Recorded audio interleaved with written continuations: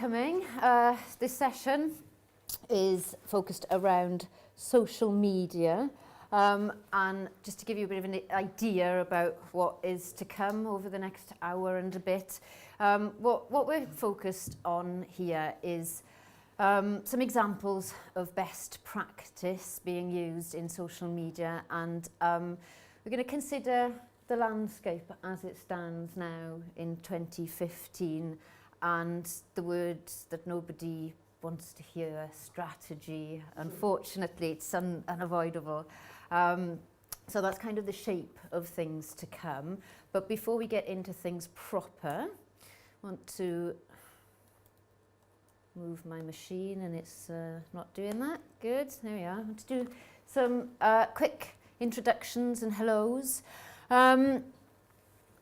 It's funny having done something already today, because you don't know who has already seen you and who hasn't seen you. So apologies for those of you who are being introduced to Mog and I twice. But I'm Harrod.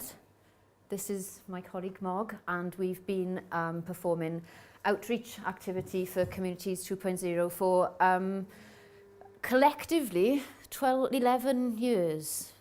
Between us, and when you think about it like that, it's a long old time, isn't it? So yeah, and it's all ending, and so we've been trying to think about how all the knowledge and the experience that we have picked up, how we can, kind of encapsulate that and transfer some of that knowledge and learning back into the community with you guys. We just had lunch, and you know those words are always followed by some awful explanation of some terrible ice-breaking activity where you've all got to move around. Well, that's exactly what you've got to do. We want to know who's in the room. We want to know who you are, what your organisations are, and kind of a little bit about your attitudes and your feelings towards social media, and a bit about kind of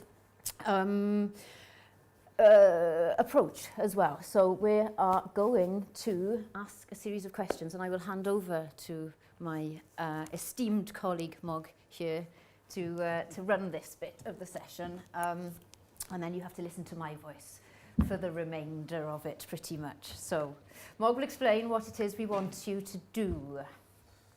Right, so you didn't think you were going to get through the day without doing role play, all right? This is a community event. I'm only doing this because of my youth work background, I think, right. So we're going to do this kind of lineup, all right? So basically we're going to ask you a series of questions, and we want you to align yourselves depending on how much you agree or disagree with the statements we're about to read out. Is there someone coming in and then just... I'm not sure. Is there a trap door there? No. You at the word role play.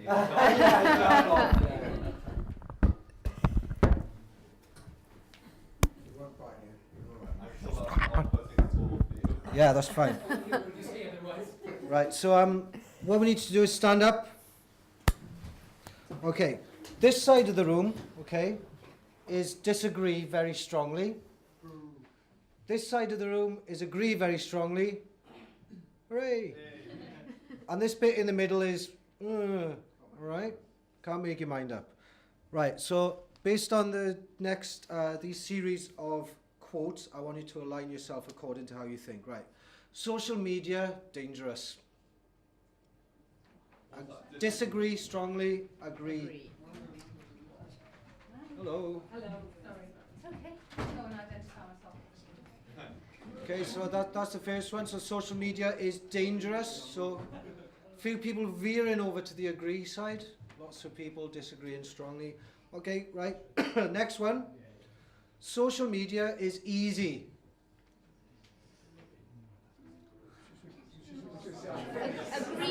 Agree, disagree. Social media is easy. Disagree, agree. That's right, you can not push each other out of the way, that's not what I mean. Okay, so a bit more agreement on that one. Next one is, social media is the responsibility of one person in my organisation. Disagree, agree. That's an actual experiential thing, yeah? Is that the theory or the practice then? What you think. What you think. Your I opinion. think it ought to be. Okay, so lots of people disagree, and some people actually stuck with doing social media for their organisation. Social media is bad for you. It's bad for you, man. Agree? Disagree? Bit of a depends kind of thing going on here. So again, agreeing, disagreeing. Nearly the last one. Social media is all about digital stuff. Disagree, agree.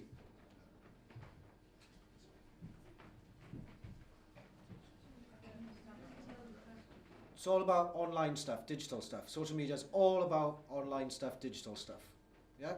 So disagree and agree. It's an interesting split. Last one. Social media requires expertise. Disagree, agree.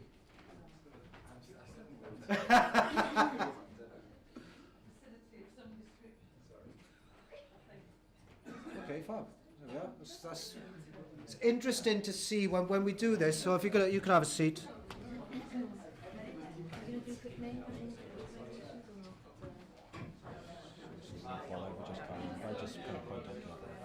So just to point out with that, the kind of point really is just for everyone to look around and see that we've all got very slightly different attitudes towards social media, and social media is such a big, broad term, it's often difficult to think, well, I think that's true or I don't think that's true. Where are the myths? You know, where is the truth? What is best practice?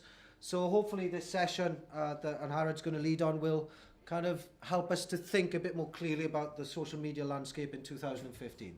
There we are, is my youth week bit done? All right? Yeah, so as Marcus, the whole kind of point of that was to show just how broad a church the whole field and area of social media is. There are as many approaches as there are people involved in it. There is no one way, there is no right or wrong answer. It's about us, our organisations, what we're doing, and working a kind of a way to achieve that with the tools that are available. So there we are, that's the one that should have been up with the icebreaker on. So the social media landscape in 2015. What do we think it looks like? What's kind of out there at the moment? How might it be different to back when Communities 2.0 started, for example? It's more commercial. Commercial, yeah? I think a bit confusing because there's so, as you said, there's so much of it now. It's sort of getting through the wood for the trees, I suppose, of what's useful, what's not, what's commercial, trying to get money out of you as opposed to what would help you, whether it's an organisation, a business or an individual. Yeah, absolutely. That's pretty much kind of summing up the next few slides. Okay. The whole point is that, that's the big change, and that's what we're all desperately trying to come to terms with, come to grips with.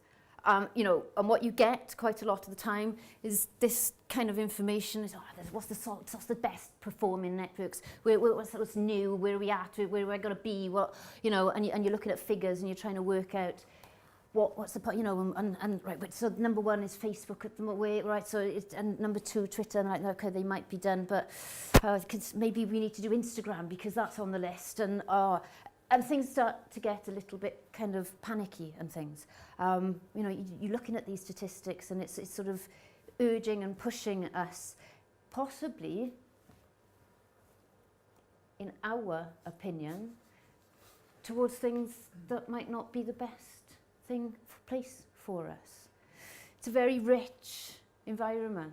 It's one of the big changes for me is the variety, just the expansion in the number of networks that are out there now. And it's not stopping. It's becoming ever more diffuse all the time. We're now in the territory of niche social networks. The days of mass social networks, the early days, that's done. Facebook, there's all this rhetoric about how Facebook is, is it still growing? Is it losing active use? You know, all of this stuff. We're trying to get our heads around it for our organisations and, you know, kind of basically do our best. And the thing is, if there were only 1 or 2 networks, like it was back in the day, back in the early day, when I was actually doing social media for organisations myself, as opposed to training on it, it was lovely. Back then, no stats, there's no monitoring, that didn't exist in Facebook. But that's the problem, isn't it? You know, things in this world particularly, they don't stand still. It's always changing. As I said, the digital landscape is dispersing, especially so over the last 12 to 14 months. So where does that place us as staff? Where does it place our organisations? What challenges are we facing now that are different? We've got bigger audiences, great, but they're more scattered. So it's not so straightforward to reach them necessarily. Those audiences, they're more diverse now, which again, is brilliant. That helps us achieve some of our organisational aims somewhere along the line, probably. But that diversity is really fragmented. It's not in a nice, convenient space. The environment in which we are placing our social content is becoming ever more competitive. As our contemporaries, our peers, our colleagues are all becoming more conversant, more skilled with producing content, we're increasingly needing to up our own game.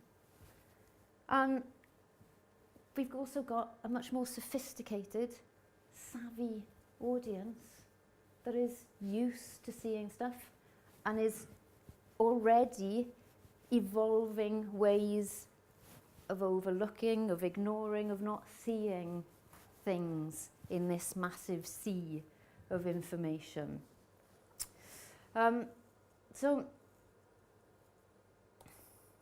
kind of makes you feel like that. It makes me feel like that when I think about it all. It's like, well, I can't even, And that, the whole point is that, you know, taking that approach, looking at the networks, looking at the landscape, and trying to second guess which is the best one, which is where I need to go, and kind of on to a bit of a losing, you know, it's just, because it means that we can be diverted away from actually doing good, engaging community work if we're trying to second guess what's coming and hit trends and things.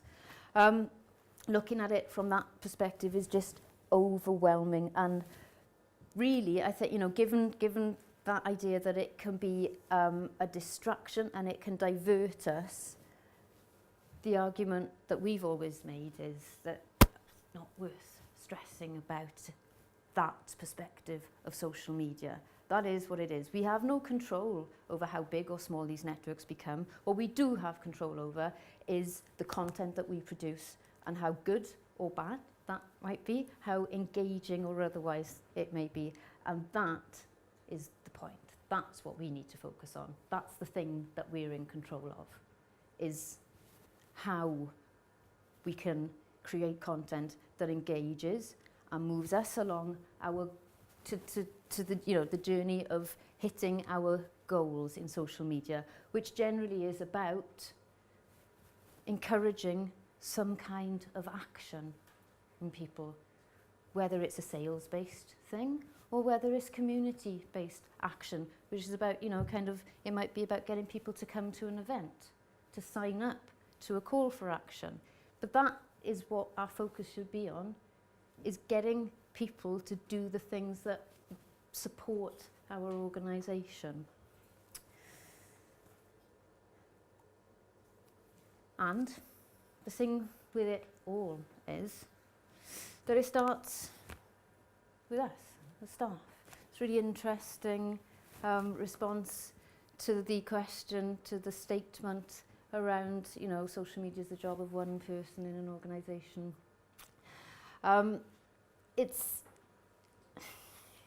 It's an interesting thing, it's a difficult thing.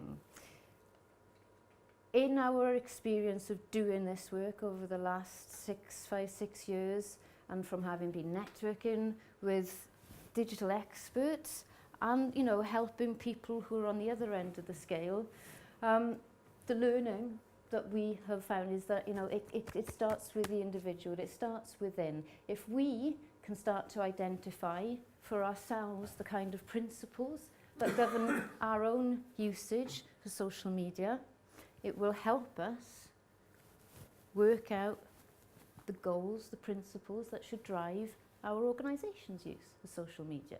It kind of, when it say it out loud, it's kind of obvious and it kind of follows, but it's something that I think we overlook quite a lot. And given that this is about best practice, not about what we've got time for, two different things, this is something that I think it is important that we all consider.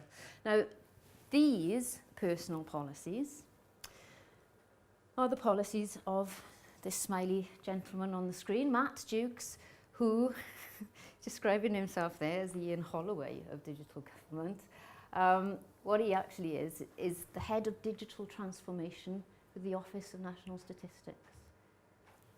And if someone at that kind of level of professionalism is advocating that I have a think about this kind of thing when I'm doing my social media work, I listen.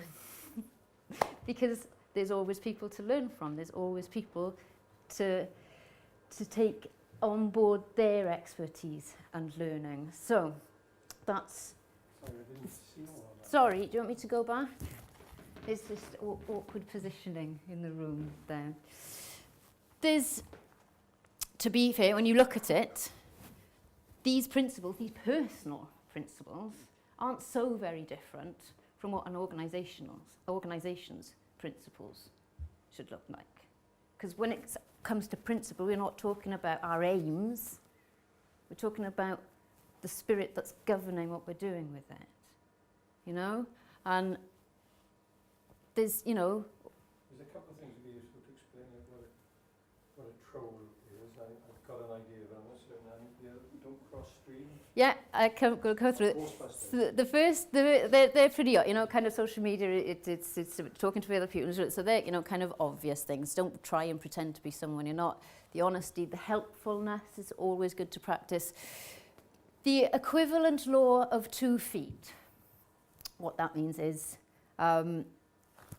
if something, you know, it's that leave, use your feet and leave when you're not in agreement with the way things are panning out. It's the law of 2 feet, good common sense kind of principle. Trolls are people on social media who, for whatever reason, think it's okay to be nasty and rude and bully people across all sorts of different issues. It's quite...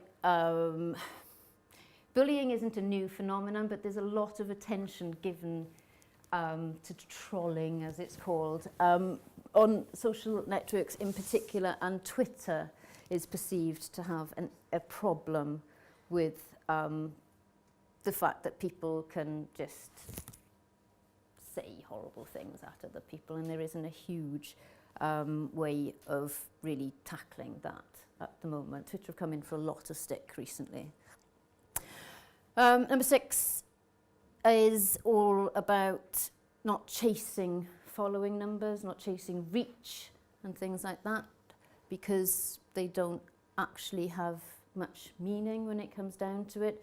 Having 8 million followers doesn't necessarily mean anyone will come to my event.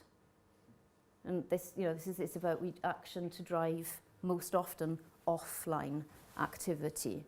And again, that question about social, it's just digital.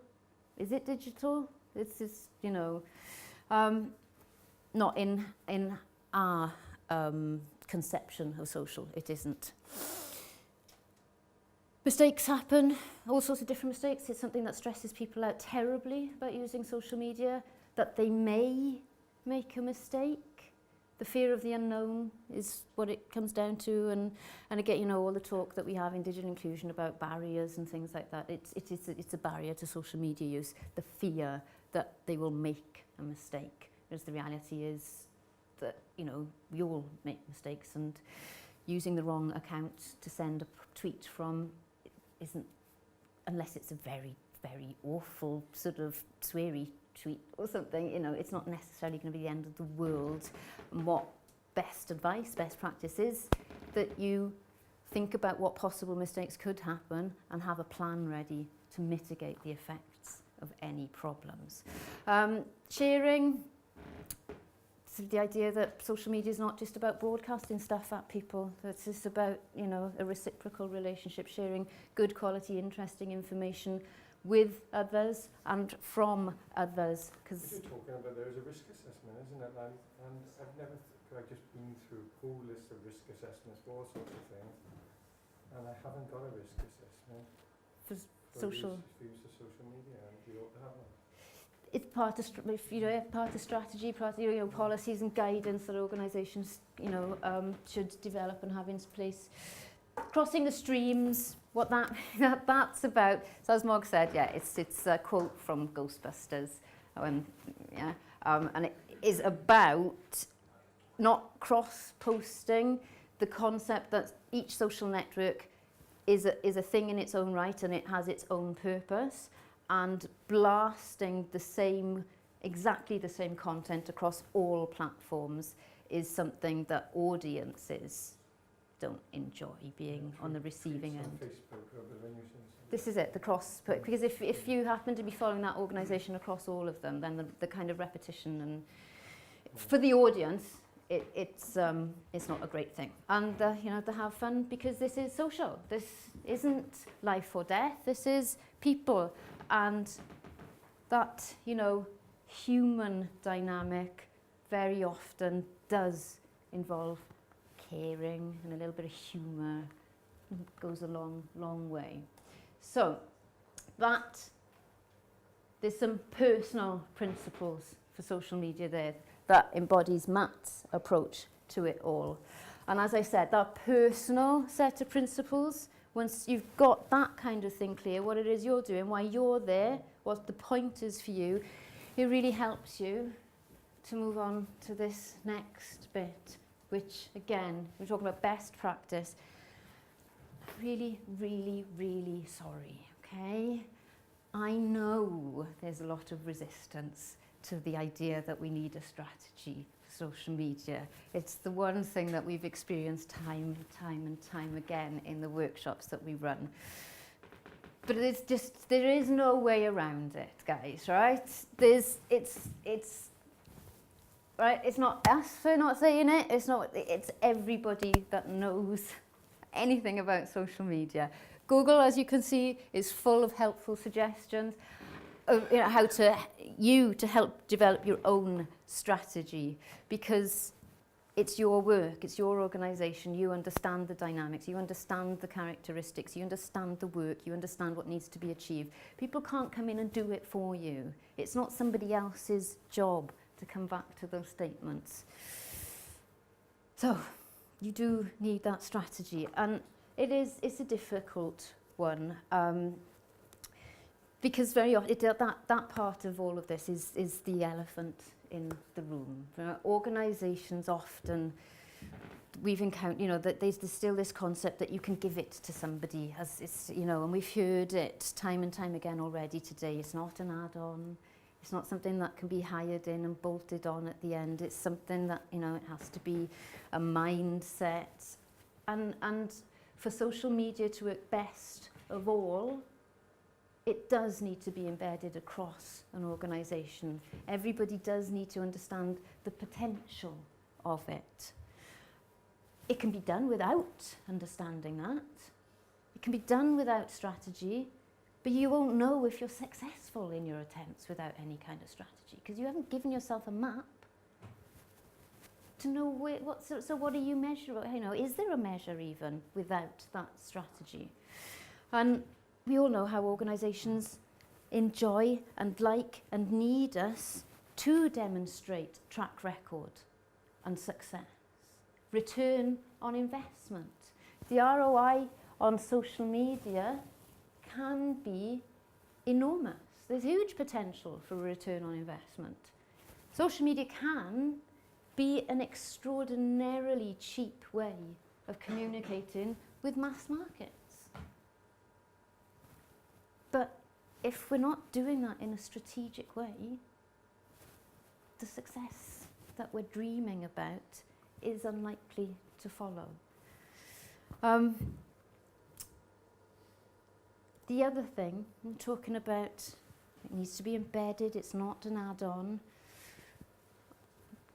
Mainstream communicators, mainstream communication industry has now finally begun to catch on and understand for themselves that this stuff needs to be integrated, because it's more powerful when we do it in that way. You know, that things people shouldn't be, you know, the idea that you've got a press officer that does press releases over here and is still measuring, you know, the AVE kind of rates, and then you've got someone else over here doing so. Much more sensible for that flow to be across the staff and that they're all contributing. So there's a lot happening right now. There's a lot out there that's kind of being discussed around this. This is, you know, the new love of the comms industry is integrated communication. We're hearing a lot of it right now. It's this, the kind of buzz. So it's a pain. It's annoying, that all that strategy stuff. It's takes a long time. It's onerous, possibly might be the thought. Well, actually, no. Because as far as, you know, we're here to tell you, the good news is that actually it isn't any different doing strategy for social as it is doing strategy for any other kind of work. It comes down to being able to answer these kinds of questions. These are the kinds of things that set the tone for us. It's about the why are we doing this? What do I need to achieve? Who am I doing it for? Am I doing it for my organisation? Am I doing it for my audience? Do I need to think about doing it for both? Who are my audience? Who's listening? Anybody? What am I going to do? So if my aim is to get more people into my community-based cookery class, that's my aim. Who? Might be local mothers, might be retired people in the community, you know, these are the, and then the how, what, the what and the how come after those things. Once I know why I'm doing it and who I'm doing it for, then I can work out the best way to achieve those things. And that's then when I start to think about, okay, what do I need to do? Where do I need to be? It's at the end that we start to think about those platforms. So that bit right at the start when we were looking at landscape, this is why it's not so important. This is why we don't need to stress about landscape so much, because it's actually our work that needs to set the direction. And that is what needs to tell us where we need to be, not some market analyst who's looking into some kind of crystal ball and telling me what the future is possibly going to hold, because the reality is that none of us know. There might be a brand new platform out tomorrow that trounces everything. We don't know. It might be that, you know, Facebook made such a massive change to the way it functions that people leave in droves. We don't know, but so, you know, it's about us worrying about our strategies and making sure that's what's good. When we think about strategy, it's about thinking about not how many times a week am I going to post. That you post as often as you need to. Again, the strategy sets the tone. What we actually need to think about is more about the flow of things, process flows. We've already, at this point, I'm assuming, answered the why am I doing this, what's it for. Very often, there'll be a customer service element in things. And this kind of a process flow is lovely. It's perfect, and it would help probably an awful lot of organisations in the room with the work that they're doing already. I didn't create this. A fantastic social person in Monmouth, Helen Reynolds, if anybody's come across her. She's excellent. Her blog, Social for the People. She's put this together. She has an excellent track record running social media in local authority situations in particular. And so this covers the most likely situations for audience contact that you will see. It'll either be a complaint, an attack, a query, or a compliment, broadly. And then what happens in each of those situations? How do I deal with it? How do the staff deal with it? If we can be clear about things like this, then we don't need to worry so much about mistakes happening, things going wrong. This is the kind of planning that needs to go on, not around whether we post on Wednesdays or Wednesdays and Fridays and that kind of thing. It's not about frequency. What you have to communicate will dictate that kind of side of things. Also, thinking about strategy, the other thing that we need to be mindful of is the character of the organisation when we're doing this stuff. We don't want to appear unfriendly necessarily, I'm assuming. I'm assuming that most organisations wouldn't want to appear too officious as well. So how can we mitigate those effects? How can we do these kinds of things? This is through just having a think and a discussion with the staff involved around things like tone of voice, the kind of language, and of course, you know, that purpose thing. Again, it all comes back to what is the particular purpose. So voice is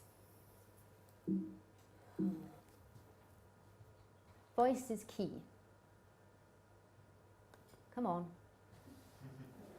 Right, voice is key in all of this, and it will, you know, it's not about us as organisations pushing things out and that's the end of it. Yes, we need to push things out, but we need to get a good response from it as well, don't we? We don't want it just ignored. And so the voice thing, what we really need to avoid is ending up sounding something like this. So, hi, I'm in Harrod. You all need to come to my event. I've got a really good event coming. Come on, yeah, you all need to come. Hey, come to my event, everybody. Come to my event. No one's like that in real life. We don't behave like... But this is how we can end up becoming and how we can end up sounding if we're not really thinking about strategy and focus and the long-term effect of what's going on. Because that's the other thing with this. It's just one of the few communication platforms that really does allow us to build long-term relationships with our audiences. So maybe we should think about using it more in that way rather than in a kind of quick win way. Do a quick Twitter search for #AceEvent. But voice with social media is a big part of it, because it's, you know, you're not doing this, it's not a one-way thing. That voice is heard by an audience. So yeah, basically, none of us want to be Dave, right? My stuff is 20% off. We don't want to be Dave. The other thing, it's not just voice, it's also our ears. Listening is a really vital part of social media. Again, it's, you know, best practice, right? It is. It's a two-way street. Communication. We've got to listen, you know, and we've got to speak. Something that we very often overlook in our rush, in our enthusiasm to tell the world all of the stuff our organisations are doing, you know? But we just overlook that kind of dynamic sometimes. And it's something that maybe as organisations in the room, is something that we might be able to pick up on a bit more with our practice, I think. I didn't expect anybody to be starting from very scratch right here, right now, today. I knew there'd be a range of experiences in the room, and this is one of the things I think, you know, can help move organisations on, is to focus a little bit more on the listening and the monitoring side of our networks, because it is key. It helps us work out what our reputation is like. You know, if we can listen to other people and see what's going on, because people don't tell us everything directly, is the thing. We've had an example on Facebook. I work at a housing association, and there was a group started reasons not to go to know housing. So we contacted the person directly, and they actually came in for a visit, chat to us, found out amazing. The group is no longer in existence, but it was quite scary. Yeah. You know, And that's a really excellent approach to. Contacted us on his work Facebook and said, you know, come in, find out what we do, let's try to chat about the problems. Yeah. And it did break it down, but it was being shared. It was a picture actually, and when we were up to about 30 shares, we were like, oh my goodness, this is a real concern. But tackling it directly was really great. Actually. Yeah, absolutely. That's it. You know, it's about having a conversation, isn't it? You know, that's ultimately what it is. And part of the big problem for some organisations, especially where there's still that very traditional approach to communication, where it is about control a lot of the time. That idea of initiating that conversation is a very difficult thing. In the past, we've been able to suppress dissent. Not the case anymore. So we need to evolve ways of tackling that kind of thing. And that, it's a lovely, excellent response. So it's about our ears. And saying about, how maybe help with this session, help to move you on a little bit. We all know we can do very basic searches on networks directly to find out what's going on, and maybe where snippets of conversation are happening, particularly with Twitter, a bit more difficult with Facebook, given that it's a closed network. But here, embedded in this, is a list, 18, as it says, incredibly useful tools for getting to know your audience better, right? Because this is about engaging with our audience, not marketing messages. It's about that long-term relationship stuff. Some free tools, some paid for tools in this list. And it's a really funny thing. For the whole of these 6 years, Marg and I have very determinedly only ever recommended software that is free. Big part of the rationale and our approach to delivering on the digital inclusion agenda has been that you do not pay for software that is available for free online when it does everything as well, if not better, as paid options.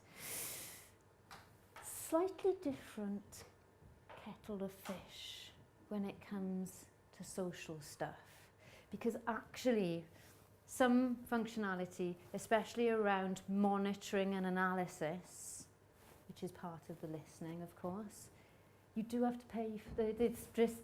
They've wrapped it up, and some of it is paid for information. So I will highlight that now. I'll put it out there now. That's something. When you are, kind of get in that kind of intermediary to advanced level of social analysis, social use, you will need these kind of stats, and networks have been very smart in wrapping it all up behind kind of paywall, basically. So it's something to be aware of. But yeah, these tools are about helping you listen and learn about your audience. Find out who they are, what it is that drives them, those kinds of things, their interests. And it helps you to manage them and segment them and do all these communicatey things that people whose only job it is to do communications can do. Not those of us who are juggling, other primary roles and doing this on the side. Finally, when you got your strategy worked out? If you've got one already up and running, when was the last time it was reviewed? When was the last time anybody challenged it? Does it support your goals? Or does it not support them? This here, I know you can't see them, right? But what they are, they're a series of screen grabs I took when there was an awful lot of fallout going on Twitter. This gentleman was a bit upset that Thompson's holidays weren't getting back to him over a problem that he'd flagged up, and it was very public. It was really public. And here we are. He has put it very nicely himself. A Twitter customer service mess brought on by poor social media policy and a social media team constrained by the rules. It's an excellent analysis of the situation that was happening. So he'd made a complaint, wasn't being dealt with properly, quickly enough, all the rest of it. There had been adequate amount of time for the company to respond before he took it public. And as the saga unfolded, anybody that was watching was able to see that Thompson's, despite the fact that they claim here that they're there 24 hours, 7 days a week to listen, help, and provide a proactive service, right? That's what it says. They obviously weren't able to do that because there are dotted through here explanations from the team saying, I'm sorry, because he's like, can you not message me directly now? And they were saying, we're terribly sorry, we can't, our policy says that you must email us. I'm sorry, we can't do that because we're not following you. Right, we'll follow it. We can't, our policy says we're not allowed to follow anybody. The poor team were completely disempowered by their policies. It meant that they couldn't satisfy an angry customer. And why was this so public? Well, this angry customer happens to be a big dude in digital. He's got loads more followers than them. And a lot of those followers themselves are key players in digital. And they were all piling in. They were all retweeting. So, make sure that your policies actually support the work that's been identified by your strategy.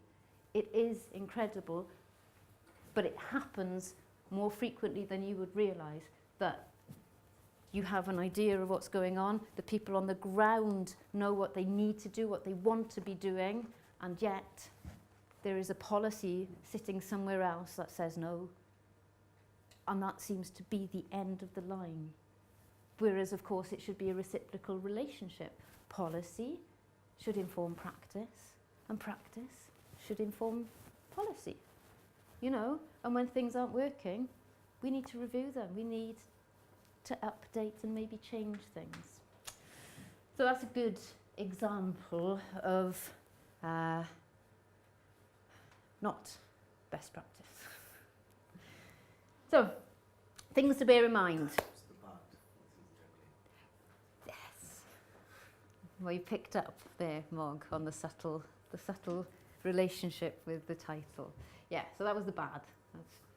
And this is the ugly, okay? So when we're planning, when we're bearing in mind, when we're actually putting stuff together, when we're making things, this next set of information has come out of a report that came out last month. And it's the new rules, the new social rules for now, 2015. This landscape that is a little bit more diffuse, you know, it's more variety.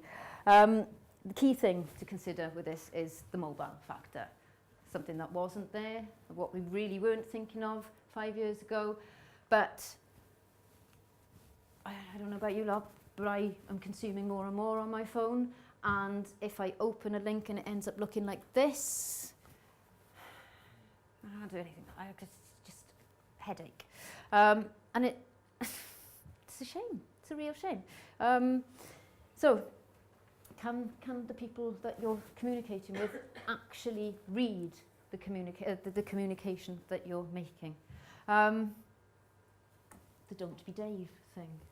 We're back to this. It's time to grow up. People aren't on social media waiting to hear about your new shampoo brand. They're not. We're on social media looking at pictures of cats, funny videos, generally. You know, it's an entertainment medium for a lot of us, isn't it? How many of us, honestly, ask yourself, how many of us go on to something like Twitter or Facebook thinking, oh, I'm desperate to know all about the latest policies from X organisation. We don't. So it's about appropriateness of content. Just because the organisation wants to say something doesn't mean it's of interest. I love it on LinkedIn when someone posts something completely inappropriate for LinkedIn, and there's all these comments just bashing them. They do take it very seriously. I know it's not always the case, but I do think, calm down. It's only a picture of a cat on LinkedIn or whatever it will be. I just don't really. And people say, you should never post stuff like this. What do you think this is? And whoa, calm down. My personal principle in social media, it's one of the places I avoid because I find the audience a little bit like that. It's a bit too serious. It is serious. So yes, time to grow up. Again, it's that traditional approach to communication thing that, it's not what people are there for. I've already said it again, think longer term. This stuff is an opportunity to build brilliant, lasting relationships with people. I'm sorry, I don't know your name. The person that came in, you were saying, with the Facebook group. Oh, me, Kevin. That, from Never Housing. And that relationship now is set, I imagine. We've got a relationship. Brilliant ambassador for the brand now. You managed to turn it round, Try to. So these are the opportunities for social. Short term there's more, you can get more out of it than just the short term thing. And again, Matt's principles, it comes back, you saw them, don't sweat the numbers, don't let the numbers fool you, don't. Count the impressed, it's a lovely, lovely way to remember it, that one. Count the impressed, not the impressions. Nice one to stick in our mind. Finally, it's possibly, like I said, the most obvious point. Be sociable. Brands could achieve, could gain a lot more from just being a little bit more sociable. Is my view at this point in 2015. Helpful advice, that kind of approach to social media, rather than blasting our messages at them, is again likely to help build long-term relationships with people. And at this point you're probably thinking, yeah, right, okay, that's all very well and good, lovely. What am I going to do with my Facebook? Fine, that's the theory. Well, there are some examples here of practical things that you can take away from this session to help you with the engaging side of things. The strategy stuff, we have plenty of resources around strategy. If you want to get in touch with us, we're more than happy to share those with you.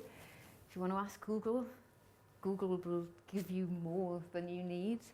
So the strategy stuff, that's when you decide to do it or when you decide to review, that's separate. But, these practical measures, practical examples that we can take away now to help us with the engagement side of social media.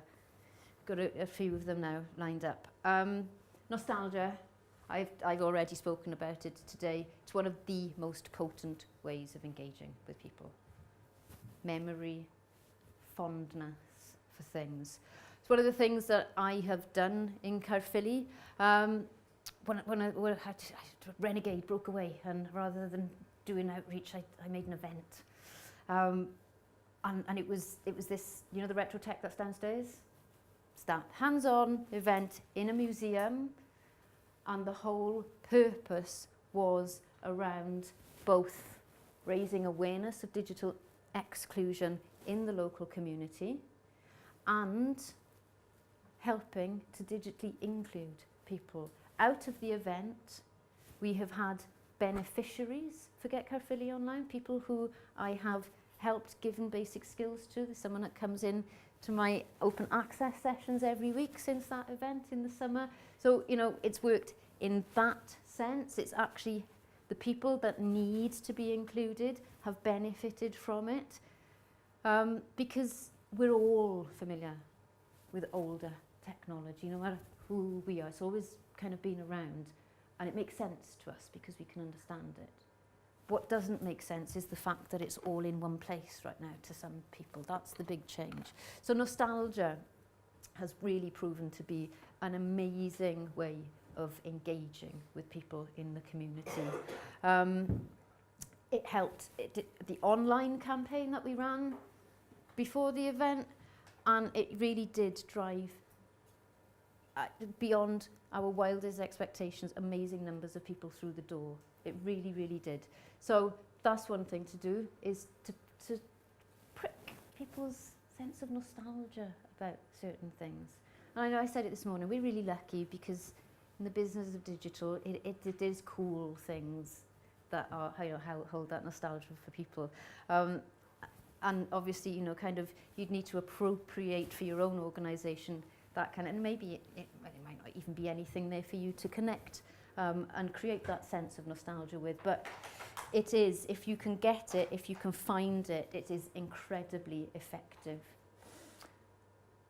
Another thing, we're all very familiar, I imagine, with, you know, share and likey kind of competitions. It's a way of actually engaging people. It doesn't have to be that basic. I know that, you know, for me, the whole retweet to win kind of approach to it feels a bit basic and it feels a bit old hat, and it doesn't necessarily really help you. It might help build numbers. So alternatively, you might want to think about running maybe a slightly more creative kind of competition. One that sprang to mind when I was putting this together was the photo competition that we did in Caerphilly. You know, getting people to contribute something to a campaign, to get involved in that way, and running it around the idea of a conversation, of a competition. Has anybody run any competitions internally? Do we have any examples of experimentation around competitions? No? Because they don't have to be, you know, that traditional prize-based competition or anything like that. It can be what you make of it, of course. What about polls? Anybody have any experience of polling their audiences on social media? No? Good, really, really, really effective way of drawing people in, asking what they think. It's really simple, really effective. Facebook's got its own really useful tool, but of course there are other methods of surveying and polling people. It depends on how extensive you want that to be. But generally, the simpler, the clickier it is, the more people will interact with it. The other thing is, of course, it's just an amazing way of building up some market research for yourselves, for whatever issue or product you might have in development.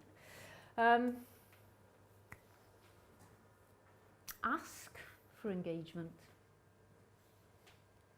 We've all seen this kind of thing, you know, just little please RT at the end of a post on Twitter, please share. Because all the vowels have disappeared since the internet went 2.0. So yeah, sometimes it's the most straightforward and simple thing of all is just to say, please retweet. Make your intention clear. I want this to be shared. I want it to go out wider. Surely we've done that. Surely there's examples in the room of us having actually, and did you feel that it was worth asking? Did it go any further? I used to do an awful lot when I was events manager, because particularly, so we did a promo video for a conference. I'd want that to be viewed as many times as absolutely possible to get the message out there. And that generally people are pretty good at retweeting. That's it, and it's about getting your audience to act as your ambassadors, isn't it? You know, and that's why we need to build the engagement, because then when it comes to it, they'll do the legwork for us. We don't have to sit there either manually posting loads or scheduling loads of things. Our audience is doing it. All I need to do is look at the numbers. That's the smart approach to social media. That's the way to do it. It's not a quick win. It takes an awful long time to build up to that kind of level. But when you're there, when you've achieved it, the rewards are worth it. It's another nice tactic that people use. If you've got something that you're working on, don't keep it a secret. Talk about it. Share it. Involve people. You might find, if you mention that somebody really amazing wants to actually get involved and contribute to the work. You know, it's part of the characteristic of the net now in this 2.0 social era, is that we are open about what we're doing. Collaboration is a key part of the new approach to work and productivity, thanks to the web. So next time there is something on the horizon, have a little try talking about it. Have a little kind of hint at things and just monitor the effect. Because without trying things out, of course, we'll never learn. Without experimenting, we will never find out what does and doesn't work for the organisation. If we're only ever looking at case studies, all we learn is case study material. And those examples very often aren't so relevant to what I'm doing in my job. You know, I don't know how you can use a lot of these examples today. It's just, you know, because I don't know what your organisations are doing. I can't be specific with it, and that's the thing. It's about being specific, and it's about being exact and true to the organisation itself. Offering advice. Again, already said it. Being helpful on social media. This is a crazy percentage figure, and I'm always a bit suspicious when I see things like that. 522%.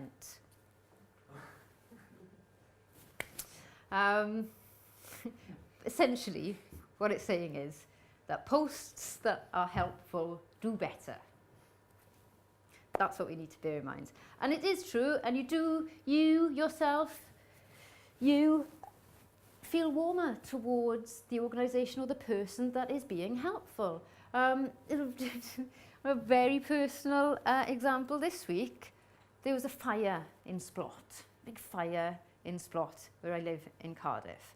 And Morgan and I had been delivering frontline staff training, and we were on our way home and basically drove into a road closure. I didn't know what was going on.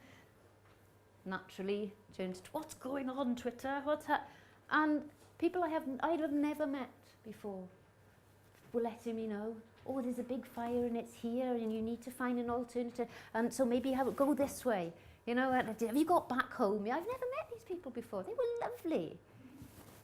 Offering it, being helpful is one of the best things that we can do as an organisation and an individual on this. Telling stories as well.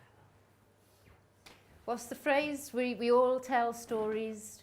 We're always telling stories. It's the big quote out of our digital storytelling roadshow that we used to do. People stories in particular. This is social media, isn't it? We're interested in each other. We're interested in stories. 5 minutes, right. This is only a very short one, and we're very nearly at the end. Perfect timing. So, we'll watch this, because it's nice.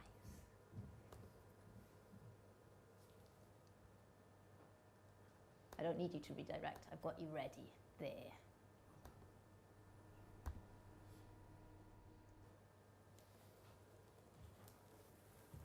Home. It's where the heart is, or so we're told. I've only ever had one home. I was born there, I was bred there. Even after I moved out, I always knew I had a warm bed, a hot meal, a friendly place and a safe environment to go if I needed to. I remember playing naked in the garden, back in the days when that was allowed. Playing footy in the street with my best mates, playing tag with my brothers. It was familiar. Familiar sights, familiar sounds, familiar smells. Mum's bolognese and homemade chips. Threadbare carpet due to us boys sliding in our socks. The thing is, I've lost my home now. It disappeared while I was away. There's a stranger living there now. A stranger who's changed all the familiar things. Our things. At times I thought I've had other homes. Some in the day. Some in the night. They were familiar, but they weren't home. I'm lucky though. I've always got my second home to go to. In Aber, with Nana. That hasn't changed a bit. I've also got places where I'll always be made to feel at home. I've still got the people who make a home. They're just spread out now. And that's probably not a bad thing. Maybe I'm just clinging on to the past. Maybe I'm old-fashioned that way. I've got a new home now. I love it. It's different to my first home, but then again so am I. And who knows? Maybe one day somebody will call this home. It's lovely, isn't it? It's interesting as well, like you were talking about like housing associations as well, so things on social media, what makes home. Very, very personal, very individual, and can get the emotions flowing. And just a simple little thing like that. Here's a photograph I took, and this is what home means. Simple, you know. And the human voice. You know, that there's nothing there to distract from it. You know that voice, it's his photos, it's his, you know, it's so effective. People's stories. We all love any kind of stories, we're built for it. We've got whole 2 days we can share with you about that as well.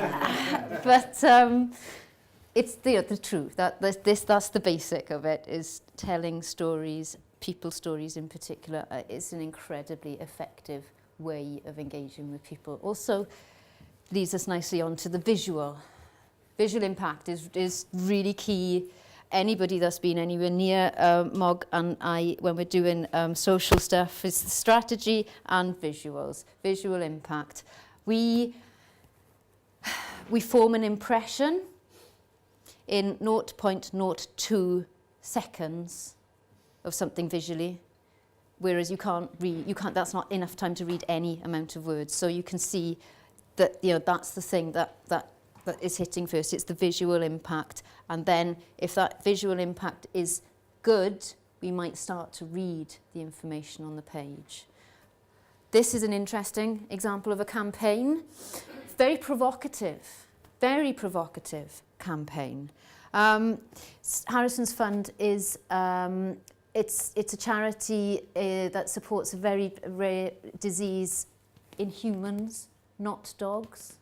But the point, they were wanting to see what is the most emotive, what is the most kind of effective image to use, because I'm not sure if you're aware, but there's all sorts of I don't know how true it is, but there's a lot of rhetoric about how donkey charities always, you know, manage to do really well with fundraising, because it's a visual thing, it's an image thing. For some reason, there's an idea that people donate more readily.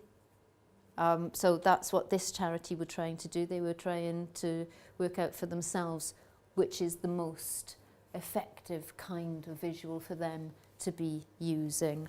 Also, there's a good kind of strategic point there where you publish some media that is very human, very heartwarming, it makes us all feel good, and then you follow it up with something just absolutely heartrending to get money out of people.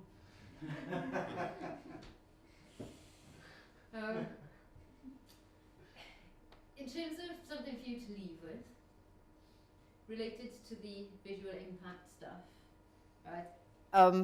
This is a gift.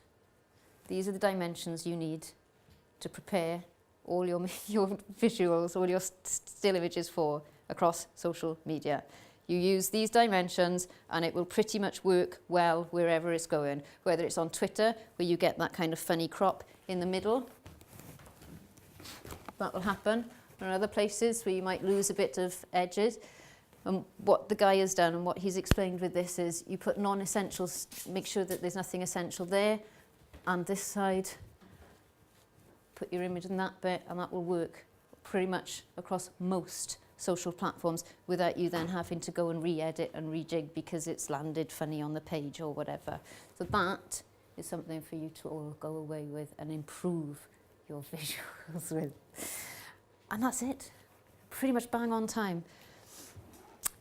Few conclusions to make, really, because the message hasn't changed.